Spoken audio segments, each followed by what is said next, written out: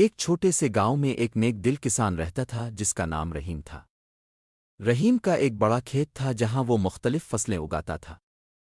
اس کی محنت اور محبت نے اس کے کھیت کو بہت پھلدار بنایا تھا، لیکن اس کا دل ہمیشہ دوسروں کی مدد کرنے کے لیے دھڑکتا تھا۔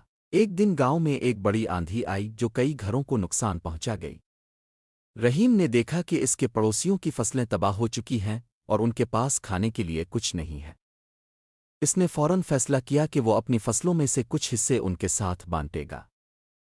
وہ اپنے کھیت میں گیا اور اپنی سب سے اچھی فصلیں چن کر پڑوسیوں کے لیے لے آیا۔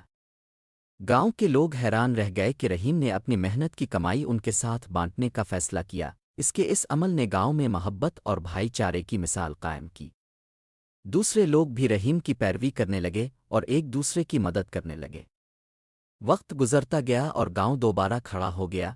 رحیم کی نیکی اور مدد نے نہ صرف دوسروں کی زندگیوں میں خوشی بھری بلکہ اسے بھی سکون مل گیا۔ وہ جانتا تھا کہ محبت اور مدد کا جذبہ ہمیشہ زندگی کو بہتر بناتا۔